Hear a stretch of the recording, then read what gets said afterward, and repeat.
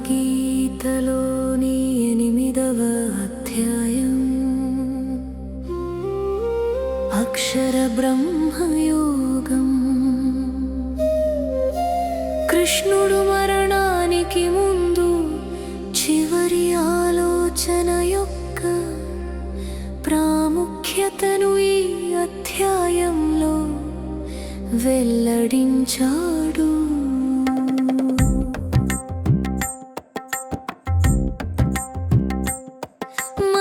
సమయంలో మనం కృష్ణుడిని గుర్తుంచుకోగలిగితే మనం ఖచ్చితంగా ఆయనను పొందుతాము.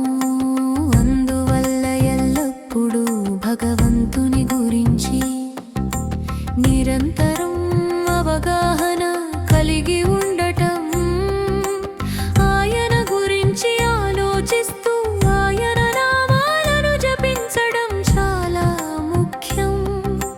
నిరంతర భక్తి ద్వారా మన మనస్సును ఆయనలో సంపూర్ణంగా లీనపరచడం ద్వారా ఈ భౌతిక ఉనికిని దాటి భగవంతుని పరమ నివాసానికి వెళ్ళవచ్చు.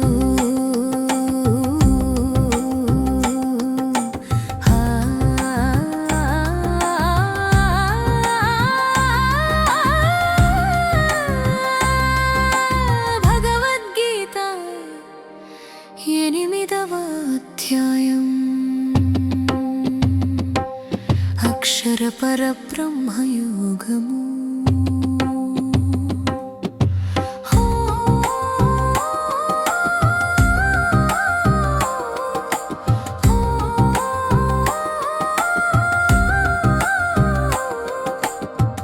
అర్జునుడిలా అడిగాడు, బ్రహ్మమంటే ఏమిటి?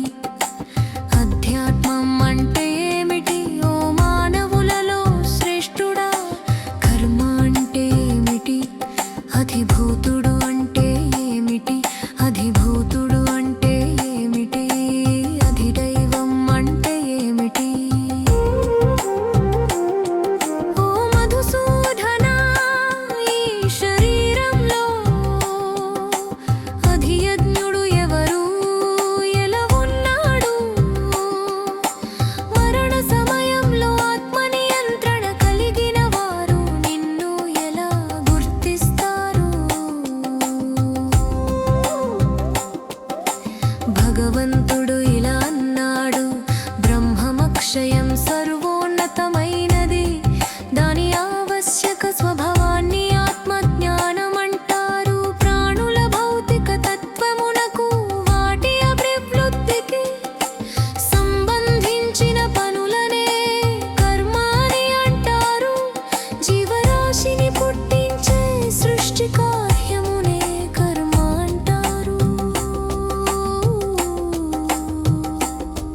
నరశ్రేష్ఠుడా, నశించిపోయే తత్వం ఆదిభూతం. జీవుడు ఆది దైవతం, జీవుళ్ళలో ఆది యజ్ఞుణ్ణి నేనే. ఎవరైతే మరణ సమయంలో తమ శరీరాన్ని విడిచిపెట్టి నన్ను ఒంటరిగా స్మరిస్తూ బయలుదేరుతారో వారు నా ఉనికిని పొందుతారు. ఇందులో ఎటువంటి సందేహం లేదు. అంతిమ కాలంలో నన్ను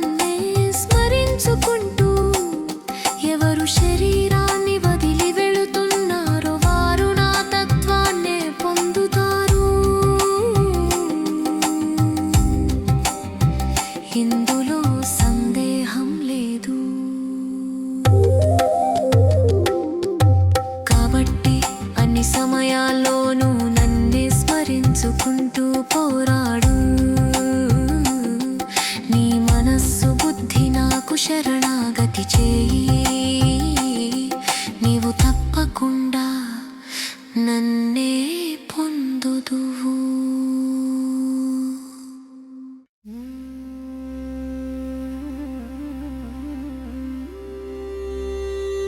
మనసు వేరే దేని వైపు కదలకుండా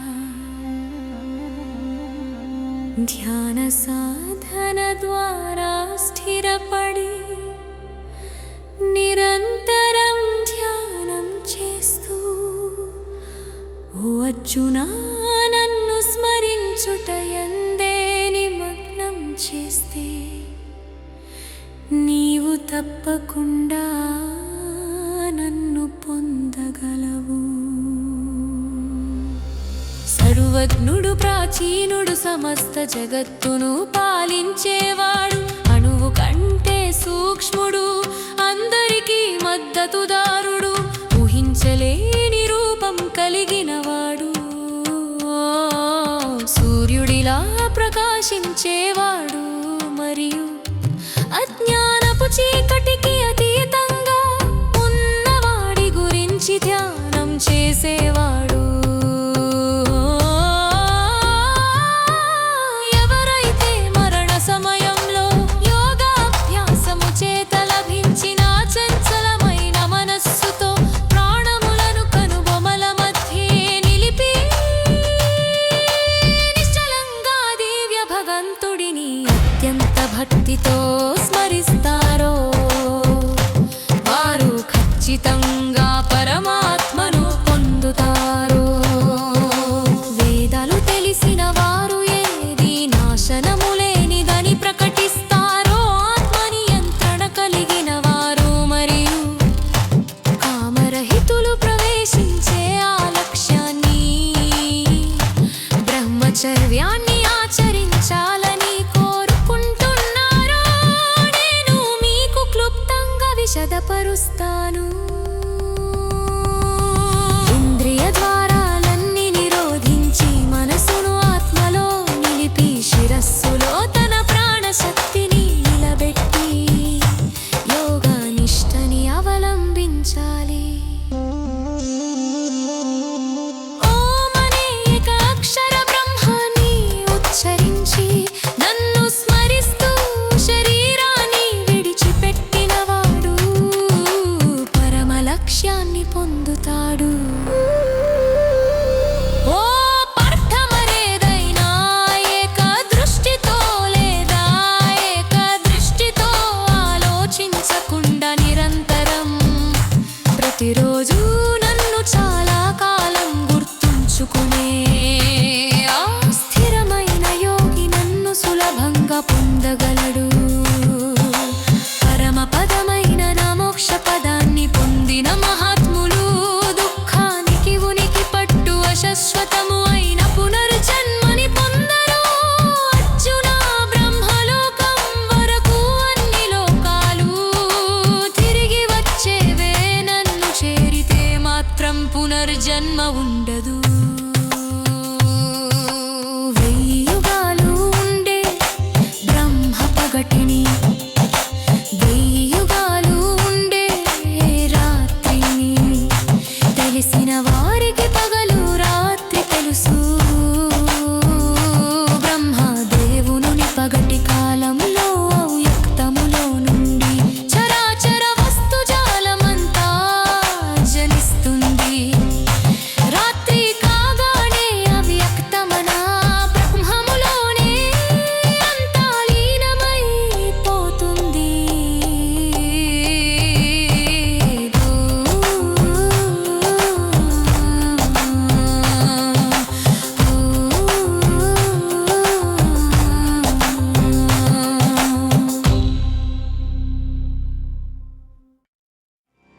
బ్రహ్మ యొక్క పగలు మొదలవగానే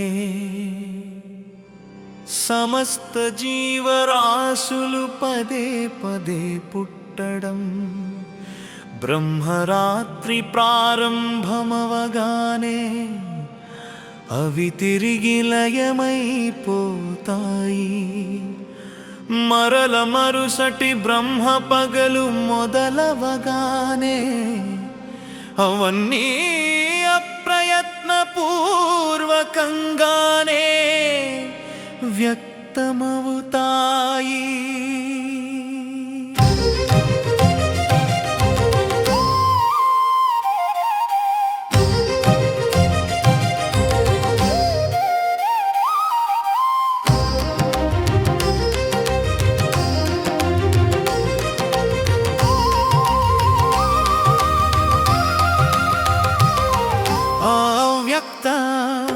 ప్రకృతి కంటే భిన్నము ఉత్తమము, ఇంద్రియాలకు గోచరం కానిది సనాతనము అయిన పరమాత్మ ప్రాణులన్నీ నశించినా నశించకుండా ఉంటుంది. అవ్యక్తమైనది మరియు నాశనమైనది అని పిలువబడేది, అది అత్యున్నత లక్ష్యం అని చెప్పబడింది. దానిని చేరుకున్నవారు ఈ సంసారానికి తిరిగి రారు. అదే నా యొక్క పరంధామము. ఓ అర్జునా, అత్యున్నత పురుషుడు అన్ని జీవులు ఎవరిలో నివసిస్తాయో, ఎవరి చేత ఇదంతా వ్యాపించి ఉందో ఆయన పట్ల మాత్రమే అచంచలమైన భక్తి ద్వారా పొందగలడు. భరత కుల శ్రేష్ఠుడా, ఏ కాలంలో శరీరం వదిలి వెళ్ళిన యోగులు తిరిగి జన్మించరో, ఏ కాలంలో శరీరం విడిచి వెళ్ళిన యోగులు తిరిగి జన్మిస్తారో, ఆ కాలం గురించి చెబుతాను విను ఓ భరత వంశీయులలో శ్రేష్ఠుడా. దీనిలో ఒకటి మోక్షమునకు దారి తీస్తుంది, మరి ఒకటి పునర్జన్మకు దారి తీస్తుంది. సర్వోన్నత బ్రహ్మను గురించి తెలుసుకొని ఉత్తరాయణ 6 మాసాల కాలంలో శుక్లపక్షంలో పగటి పూట ఈ లోకాన్ని విడిచి వెళ్ళిన వారు పరమపదాన్ని చేరుకుంటారు. వైదిక కర్మకాండలని ఆచరించేవారు దక్షిణాయన 6 మాసాల్లో కృష్ణ పక్షంలో ధూమ్రకాలంలో రాత్రిపూట ఈ లోకాన్ని విడిచి వెళ్ళిన వారు స్వర్గాది లోకాలను పొందుతారు. స్వర్గ సుఖాలని అనుభవించిన తరువాత తిరిగి భూలోకానికి వస్తారు. ఈ 2 ప్రకాశవంతమైన మరియు చీకటి మార్గాలు ఈ లోకంలో ఎప్పుడూ ఉంటాయి. తేజోవంతమైన మార్గము మోక్షానికి మరియు చీకటి మార్గము పునర్జన్మకి దారి తీస్తుంది. ఓ అర్జునా, ఈ మార్గాలను తెలుసుకున్నా ఏ యోగి కూడా మోసపోడు.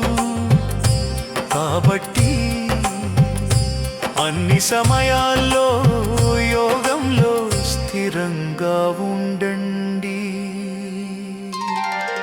వేదాల అధ్యయనం, యజ్ఞాలు, తపస్సులు, దానాల ద్వారా ఏ పుణ్యఫలం లభిస్తుందో దానిని యోగి తెలుసుకుని వీటన్నిటినీ దాటి వెళ్తాడు.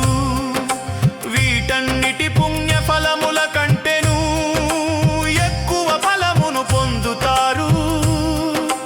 ఇటువంటి యోగులు పరమ పదమును పొందెదారు.